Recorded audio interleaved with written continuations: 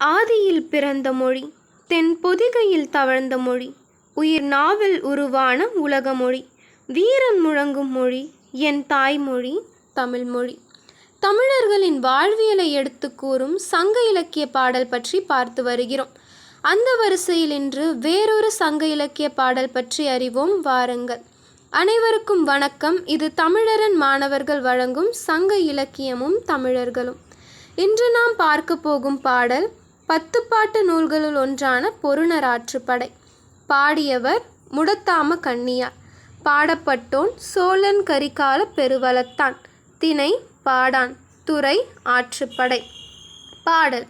கூனிக் குயத்தின் வாய்நெல்லறிந்து சூடுகோடாக பிறக்கி நாடரும் குன்றென குவையிய குன்றா குப்பை கடுந்தெற்று மூடையின் இடங்கிடக் கிடக்கும் சாலி நெல்லின் சிறைக்குள் வேலி 1000 விலையிட்டாக காவிரி புறக்கும் நாடுகிழவோனே.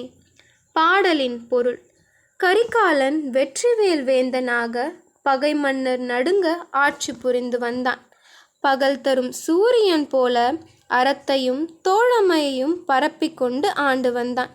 முல்லை நிலத்தில் குல்லைப்பூக்கள் காய்ந்து போனாலும், மலைகள் தீப்பற்றி எரிந்தாலும், வறண்டு போனாலும், மேகங்கள் மழை பொழிய மறந்தாலும், பெரியதோர் வறட்சி ஏற்பட்டாலும் காவிரியில் வெள்ளம் வரும்.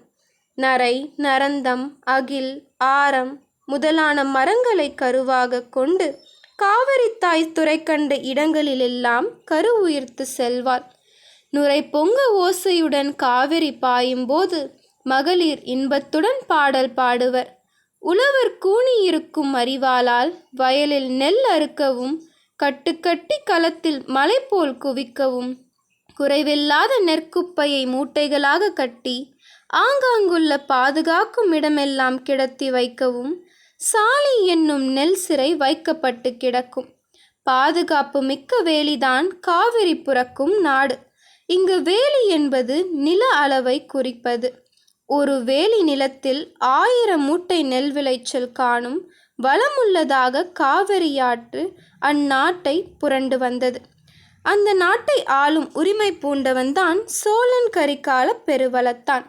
இப்பாடலில் ஆறு, நிலம், பயிர், மக்கள், வளம், வாழ்வு என எந்த குறையும் இல்லாது அரசன் கரிகாலன் அவர்களின் அனைத்து தேவைகளையும் நிறைவேற்றி வளங்களை காத்து சிறப்பான ஆட்சியை செய்துள்ளான்.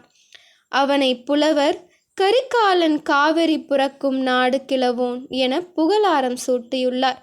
ஆனால் இன்றைய சூழலில் மக்களின் அடிப்படை தேவைகளை பூர்த்தி செய்யாமல் வளங்களை எல்லாம் அழித்து நாட்டின் முதுகெலும்பான விவசாயமும் விவசாயிகளும் அழிந்து வரும் சூழல்தான் காண முடிகிறது. இன்னும் எத்தனை உணவுப் பொருட்கள் தட்டுப்பாடு ஏற்பட்டாலும் விலை மட்டும் உயருமே தவிர அதற்கான விடயம் கேள்விக்குறியாகவே நிற்கும். விழித்திடுவோம், எழுந்திடுவோம். நன்றி, வணக்கம்.